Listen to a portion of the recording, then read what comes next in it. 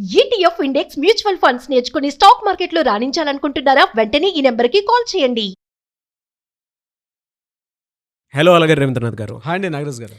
ప్రస్తుతం బంగారం భారీ పతనం వెనుక ఉన్నటువంటి అంటే ఆ స్కామ్స్ ఏంటి, మోసాలు ఏంటి, అసలు ఏం జరుగుతుంది? గ్రాడ్యువల్గా అంటే ప్రీవియస్ ఇయర్స్తో కంపేర్ చేసి చూస్తే కూడా అండి ఇప్పుడు బడ్జెట్ రావటము, దాంతోపాటు స్టాక్ మార్కెట్ పడిపోవటము, మళ్ళీ బంగారం నిన్న విపరీతమైనటువంటి రేట్ ఉంది, దాని తర్వాత మళ్ళీ సడన్గా పడిపోవటము, అంటే దీని వెనుక ఏం జరుగుతుంది? అండ్ ఈ ఈ కుట్ర వెనక అనుకోవచ్చు, లేదంటే భారీ మోసాలు ఏమైనా జరుగుతున్నటువంటి అవకాశాలు ఏమైనా ఉందా? ఈ స్కామ్స్ ఏంటి అసలు?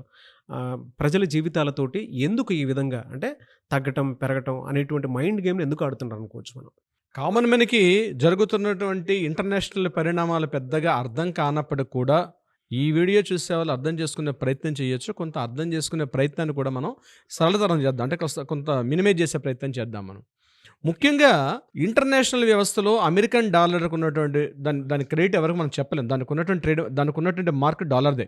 సో ప్రపంచవ్యాప్తంగా డాలర్ యొక్క హెచ్చు తగ్గులను బట్టి మిగిలినటువంటి ప్రొడక్ట్స్ యొక్క ఆ పెరుగుదల తగ్గుదల అనేది మాత్రం ఇంపాక్ట్. ఇది ఫస్ట్ గుర్తుపెట్టుకోండి. డాలర్ పెరిగితే గోల్డ్ వాల్యూ తగ్గుతుంది, గుర్తుపెట్టుకోండి. డాలర్ వాల్యూ పెరుగుతున్న కొద్దీ గోల్డ్ వాల్యూ తగ్గిపోతూ ఉంటుంది. ఇది కామన్ ఈక్వేషన్. అంటే చిన్న దాన్ని ఏమంటారంటే A+B² ఎట్లయితే మనం చెప్తామో అదేవిధంగా డాలర్ వాల్యూ బలపడుతుంది అంటే తప్పనిసరిగా గోల్డ్ వాల్యూ తగ్గుతూ ఉంటుంది. మరి ఇప్పుడు జరుగుతున్న పరిస్థితి మరి ఏం సార్, మీరు గోల్డ్ వాల్యూ డాలర్ పెరుగుతుంటే గోల్డ్ వాల్యూ తగ్గాలి కదా? మనమే చెప్తున్నాం కొన్ని వీడియోస్లో గోల్డ్ వాల్యూ అంటే డాలర్ వాల్యూ పెరుగుతుందని. కానీ ఇక్కడ ఆ చిన్న ట్విస్ట్ ఎట్లా ఉంటుందంటే అమెరికాలో ఫెడరల్ బ్యాంక్ అని ఒకటి ఉంటుంది. అమెరికాలో ఫెడరల్ బ్యాంక్ అంటే ఒక బ్యాంక్ కాదు, అది 12 బ్యాంకుల యొక్క సమూహం. అది వాషింగ్టన్ డీసీలో ఉంటుంది. అంటే ప్రపంచవ్యాప్తంగా ఉన్నటువంటి డాలర్ని అంటే అనేక ప్రొడక్ట్స్ని డాలర్ ఇంపాక్ట్ చేస్తుందని మనం చెప్పుకున్నాం. కాబట్టి అది డైరెక్ట్ ఇండైరెక్ట్ సేల్స్ అన్నింటిలో కూడా ఇంపాక్ట్ చేస్తుంటుంది. ఇప్పుడు మనం ఎట్లయితే రిజర్వ్ బ్యాంక్ ఆఫ్ ఇండియాని మాట్లాడుకుంటున్నామో అక్కడ రిజర్వ్ బ్యాంక్ ఆఫ్ ఇండియాకి ఈక్వల్గా ఉన్నటువంటి ఒక బ్యాంక్ అది ఫెడరల్ బ్యాంక్ అంటారు. ఆ బ్యాంక్ టోటల్గా ఒక బ్యాంక్ అది 12 బ్యాంకులతో ఒక సమూహం అది. దీనికి చీఫ్ హెడ్గా మొన్నటి వరకు ఎవరు ఉండేవారంటే పోవెల్ అనేటువంటి ఒక పర్సన్ ఉండేవాడు. ఆయన ఇప్పటికీ మన కమింగ్ 2026 మే 30th వరకు కూడా ఆయనకి ఆ టైం పీరియడ్ ఉంది. కానీ ట్రంప్ వచ్చిన తర్వాత ఏం చేశాడంటే మే వరకు ఆయనకు ఓపిక పట్టే అవకాశం లేక కదా, ఆయనకు అంత ఓపిక లేక ట్రంప్ ఏం చేశాడంటే ఈ ప్లేస్లో ఆయన కెవిన్ వార్ష్ అనేటువంటి ఒక పర్సన్ని అపాయింట్ చేయడం జరిగింది. ఈ కెవిన్ వార్ష్ ఎవరు? ఈయన పూర్తిగా ట్రంప్ యొక్క కరెక్ట్గా చెప్పాలంటే ఆయన యొక్క బంటు. ఈయన కరెక్ట్గా మనం మాట్లాడుకోవాలంటే ఆయన ఏం చెప్తే ఏం చేస్తాడు దీంట్లో. ఇక్కడ ట్రంప్ మొదటి నుంచి చెప్తున్నాడు, ఫస్ట్ ఎలక్షన్స్లో సెకండ్ ఎలక్షన్స్లో కూడా చెప్పాడు, ప్రపంచవ్యాప్తంగా డాలర్ని మాత్రం ఇప్పుడు మేము స్ట్రాంగ్ చేస్తాం, డాలర్ వాల్యూ పెరగాలి, డాలర్కి ఉన్నటువంటి ఇంపాక్ట్ పెరగాలి. అదే ఇంపాక్ట్ కదా ఈరోజు మనకి డాలర్ వాల్యూ ఎప్పుడైతే పెరుగుతుందో రూపాయి వాల్యూ ఈరోజు పడిపోతూ ఉంది. రూపాయి వాల్యూ అంటే 92 రూపాయలు రావడానికి కూడా కారణం అదే. అయితే ఇక్కడ నేను స్టార్టింగ్లో చెప్పినటువంటి ఏదైతే డాలర్ వాల్యూ పెరిగితే మనకు గోల్డ్ వాల్యూ తగ్గాలి. కానీ ఇక్కడ చిన్న ట్విస్ట్ ఏంటంటే ప్రపంచవ్యాప్తంగా ఉన్నటువంటి అందరూ కూడా ఏం చేస్తుంటే గోల్డ్ని డాలర్స్లో కొంటారు.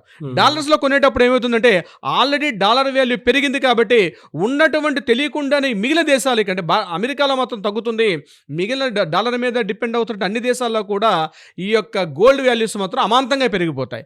జస్ట్ రీసెంట్గా ట్రంప్ ఇచ్చినటువంటి ఒక మార్పు ఏంటి, రీసెంట్గా అక్కడ వార్ష్ అనే పర్సన్, ముఖ్యంగా ఈ కెవిన్ వార్ష్ అనే పర్సన్ అపాయింట్ చేస్తున్నానంటే మే వరకు టైం షెడ్యూల్ ఉన్నప్పుడు కూడా బిఫోర్ ఆయన పోస్టులను తీసేసి పోవెల్ని పోస్టులను తీసేసి ఈయన వార్ష్ని అక్కడ అపాయింట్ చేస్తున్నాను ఎప్పుడైతే చెప్పాడో ఇంటర్నేషనల్గా ఉన్నటువంటి ప్రతి దేశం చైనాని మినహాయిస్తే మిగిలిన దేశాలు అన్నీ కూడా డైరెక్ట్గా ఇండైరెక్ట్గా ఒక్కసారి తమ దగ్గర ఉన్న గోల్డ్ వాల్యూస్ని అమ్ముకోవడం మొదలుపెట్టారు. ఎందుకంటే డాలర్ వాల్యూ పెరిగిపోతే ఇమ్మీడియట్గా మళ్ళీ రాబోయే రోజుల్లో వాల్యూ తగ్గుతుందనే ఉద్దేశంతో. అందువల్ల ఇండైరెక్ట్గా ఏమైందంటే మిగిలిన దేశాల్లో ఇంక్లూడింగ్ భారతదేశంతో సహా అమాంతంగా గోల్డ్ వాల్యూ పెరిగింది అని మనకు ఇండికేషన్ రావడం జరిగింది. ఇది యాక్చువల్గా ఇంటర్నేషనల్ జరుగుతున్న మార్పులు. కామన్ మ్యాన్కి ఇవన్నీ కూడా అర్థం కాదు. రోజు పేపర్ చూసుకుంటాడు, రోజు న్యూస్ని చూసుకుంటాడు, అదే అర్జెంటుగా గోల్డ్ వాల్యూ పెరిగిపోతుంది, ఇంకా పెరిగిపోతుంది అనేటువంటిది. ఇది కొంతమంది తయారు చేసే ఒక మాఫియా. ఇది ఇంటర్నేషనల్ మాఫియా కొద్దిమంది వ్యక్తుల చేతిలో ఉంటుంది. 95లో ఉండే హర్షద్ మెహతా ఎలా అయితే స్టాక్ మార్కెట్ కుంభకోణం రాత్రి ఎప్పుడైతే మీకు స్టాక్స్ రేట్లు పెరిగిపోయినట్టుగా నేను అనుకుంటాను ఒక 10 నుంచి 20 మంది వ్యక్తులు ఇండియాలో ఉండొచ్చు. మరికొంతమంది వ్యక్తులు ప్రపంచవ్యాప్తంగా చూస్తే ఒక 50 నుంచి 60 మంది వ్యక్తులు దీన్ని కంట్రోల్ చేస్తున్నారు. వీళ్ళ చేతుల్లోనే ఎంటర్ మాఫియా ఉంది. ఓవర్ నైట్ పెరిగిపోవడం, ఓవర్ నైట్ తగ్గిపోవడం, అది కూడా అబ్నార్మల్ డ్రాస్టిక్గా పడిపోవడం, అబ్నార్మల్గా పెరగడం. ఈ రకమైన చేంజెస్ అనేవి రావడానికి కారణం ఏంటంటే అంతర్జాతీయంగా అమెరికా తీసుకునే విధానపరమైన నిర్ణయాలు. ఎందుకు ఈ రకంగా తీసుకుంటుంటే ప్రపంచంలో ఉన్నటువంటి అన్ని దేశాలు కూడా తన గుప్పిట్లో ఉండాలంటే ఒక సామ్రాజ్యవాదం ఏదైతే ఈరోజు పెరిగిందో ట్రంప్లో, అంటే ఎప్పుడో మనం అలెగ్జాండర్లో చరిత్రలు చదువుకున్నాం, ప్రపంచం అంతా నా కాళ్ళ కింద ఉండాలి అని చెప్పి ఏదైతే ఒక సామ్రాజ్య ధోరణి అంటాం దాన్ని, ఆ ధోరణి వల్ల ఈరోజు బంగారం రేట్లు అనూహ్యంగా ఇంపాక్ట్ అయింది. కానీ నా ఉద్దేశం, నా పర్సనల్ వ్యక్తిగత అభిప్రాయం అంటే ఇక్కడ చూపిస్తుంది బంగారం యొక్క ధరలు అయినప్పటికీ కూడా ఇది ఇంటర్నేషనల్గా వేరే వైపు ఖచ్చితంగా ఒక సైన్ కనిపిస్తుంది. బహుశా ఎందుకంటే అక్కడ సౌత్ కొరియా కానీ మిగిలిన దేశాల మార్పులు చూస్తే ఇది ఏమైనా వరల్డ్ వార్కి దారితీసే పరిస్థితి వస్తుందా, దానికి అనేక రకాల ఇండికేషన్ చెప్తాను. ఒకటి, నిన్న జరిగిన బడ్జెట్లో కూడా మాట్లాడకపోవడం, కేవలం ఇక్కడ వార్ష వైపు మాత్రం చూపిస్తున్నారు, ఇక్కడ కెవిన్ వార్ష వైపు మాత్రం చూపిస్తున్నారు. ఇది కేవలం దీని కూడా కారణం ఆ వ్యక్తులు జరుగుతుందని చూపించి ఇక్కడ మాట్లాడడం. కానీ దీని ఇప్పుడు ఎలా అయితే వెనిజులా అధ్యక్షుడు ముద్రని ఎలా అయితే అరెస్ట్ చేసి ఆ దేశంలోకి వెళ్ళి ఆయన ఇంట్లో పడుకున్న వ్యక్తిని ఒక పెద్ద గద్ద వచ్చి ఎలా అయితే ఎత్తుకుపోయిందో అలాంటి పరిస్థితుల్ని ఒక ఎగ్జాంపుల్ జస్ట్ మనం December 6th చూసాం, December 4th చూసాం. అలాంటి December 4th జరిగింది. January 30th గోల్డ్లో ఉన్నటువంటి ఈ రేట్స్ ఫ్లక్చుయేషన్స్, నెక్స్ట్ ఫిబ్రవరిలో ఉన్నటువంటి పరిస్థితులు చూస్తే మాత్రం తప్పనిసరిగా ఏదో జరగబోతుంది. వరల్డ్ వైడ్ చాలా చేంజెస్ కనిపిస్తాయి.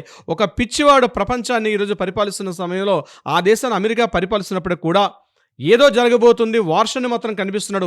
ఈ పెరుగుదల, ఈ తగ్గుదల, ఈ విషయంలో మాత్రం సామాన్యుడు మాత్రం ఇటువంటి సమయంలో ఇన్వెస్ట్మెంట్స్ కానీ లేదా గోల్డ్ ఆర్నమెంట్స్ పర్చేజ్ చేసుకున్న వ్యామోహంలో ఒక రకమైన ఫోమోలో పడిపోయి పర్చేజ్ చేయొద్దని అయితే మనం సూచన చేస్తున్నాం. కానీ రాబోయే ఏదో మార్పులే తప్పనిసరిగా వస్తాయి నాగరాజు గారు. ప్రపంచవ్యాప్తంగా అనూహ్యమైన మార్పులు వచ్చే అవకాశం మాత్రం ఉంది. అది కొద్ది నెలల్లోనే మనం చూస్తాం తప్పనిసరిగా నాగరాజు గారు.